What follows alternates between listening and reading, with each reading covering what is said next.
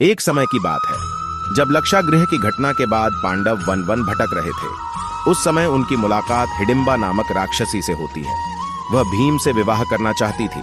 भीम की माता कुंती की आज्ञा से भीम और हिडिंबा का विवाह हुआ। उनको घटोत्कच नामक पुत्र हुआ।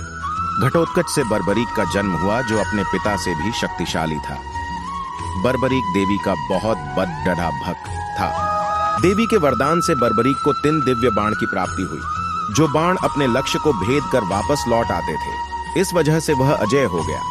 महाभारत के युद्ध के दौरान बर्बरीक युद्ध देखने के लिए कुरुक्षेत्र जा रहा। श्री कृष्ण जानते थे कि अगर बर्बरीक इस युद्ध में शामिल हो गया तो युद्ध का परिणाम पांडवों के विरुद्ध में होगा। बर्बरीक को रोकने के लिए श्री कृष्ण ने ब्राह्मण का रूप लिया और पूछा कि तुम कौन हो और कुरुक्षेत्र क्यों जा रहे हो। श्री कृष्ण को जवाब देते हुए बर्बरीक ने कहा कि वह एक दानी योद्धा है और एक बाण से महाभारत के युद्ध का निर्णय कर सकता है। श्री कृष्ण ने उसकी परीक्षा लेनी चाहिए तो उसके एक बाण से पीपल के पेड़ के सारे पत्ते छेद हो गए, लेकिन एक पत्ता श्री कृष्ण के पैर के नीचे था। इस वजह से बाण पैर पर ही ठहर गया। श्री कृष्ण समझ गए थे कि अगर यह युद्ध में शामिल हुआ तो परिणाम पांडवों के विरुद्ध में होगा। इसलिए उसे रोकने के लिए श्री कृष्ण ने कहा कि तुम बड़ी पराक्रमी हो, मुझे कुछ दान में नहीं दोगे।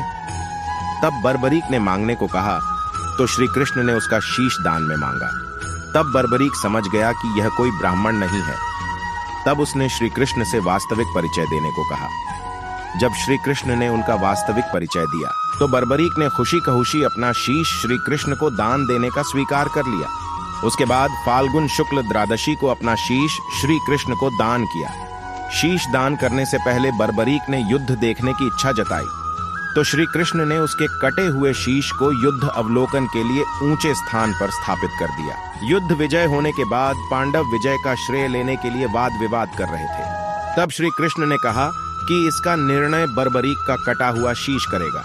तब बर्बरीक के कटे हुए शीश ने बताया कि युद्ध में श्री कृष्ण का सुदर्शन चक्र चल रहा था। इस वजह से कटे हुए वृक्ष की तरह योद्धा रणभूमि में गिर रहे थे और द्रौपदी महाकाली के रूप में योद्धाओं का रक्तपान कर रही थी। इससे खुश होकर श्री कृष्ण ने बर्बरीक के कटे हुए शीश को वरदान दिया कि तुम कलयुग में मेरे श्याम नाम से पूजे जाओगे।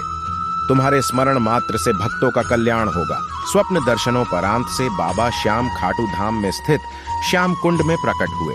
सन 1777 से आज दिन तक बाबा श्याम भक्तों की मनोकामना पूर्ण कर रहे हैं।